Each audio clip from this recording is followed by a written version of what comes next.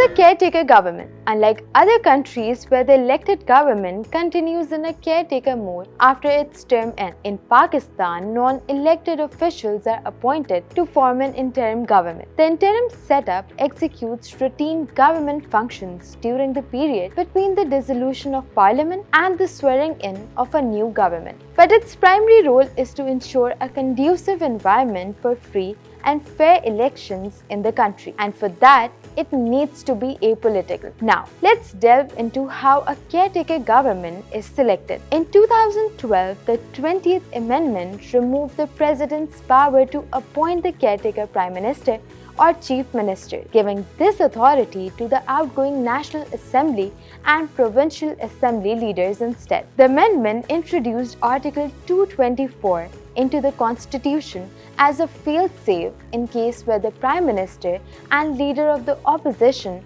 are at an impasse. Under this article, a parliamentary committee with members from both sides would choose the caretaker premier. If the committee fails to decide within 3 days, the Election Commission of Pakistan takes over and has 2 days to make the decision. The process is the same for appointing caretaker chief ministers. Once selected, the Prime Minister and Chief Ministers form their respective cabinets. So, how is an interim government different than an elected one? The caretaker setup attends day-to-day affairs, assists the ECP in holding general elections, remain impartial to individuals and political parties, and limit their activities to non-controversial, urgent matters and public interests that are reversible by future elected government. However, the caretaker government is restricted from making major policy decisions, engaging in actions that may preempt the future elected government's authority, and conducting detrimental contracts. Additionally, they cannot initiate significant international negotiations or influence elections in any way that might affect their fairness. Now, let's talk about